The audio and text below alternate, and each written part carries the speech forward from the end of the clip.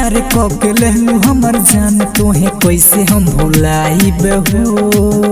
होली के कर संग मनाई बहो तोहे कैसे हम भुलाई बहो।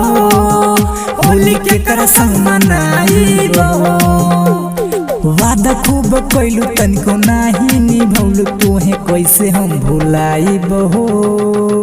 होली के कर संग मनाई बहो तोहे कैसे हम भुलाई बहो। होली के कर संग मनाई बहो।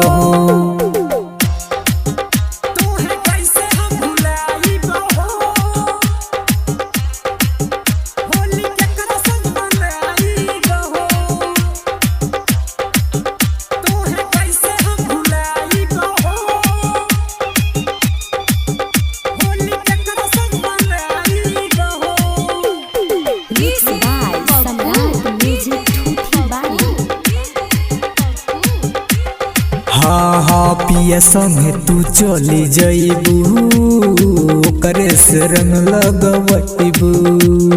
हमारा के तू तो छोरी जान तू होली मनइबू। सुनो जान प्यार को के लहलू हमर जान तोहे कैसे हम भुलाइब हो। होली के कर संग मनाइब हो तोहे कैसे हम भुलाइब हो। होली के कर संग मनाइब हो।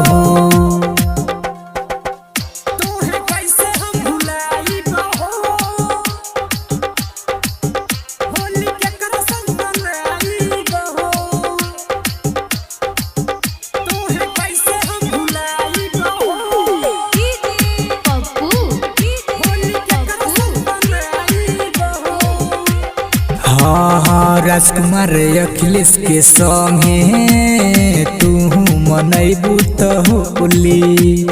शेखर अनमोल गोरी मर जाई खाई के गोली।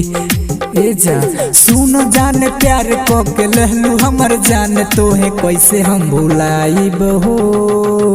होली के कर संग मनाइब हो तोहे कैसे हम भुलाइब हो। होली के कर संग मनाइब हो।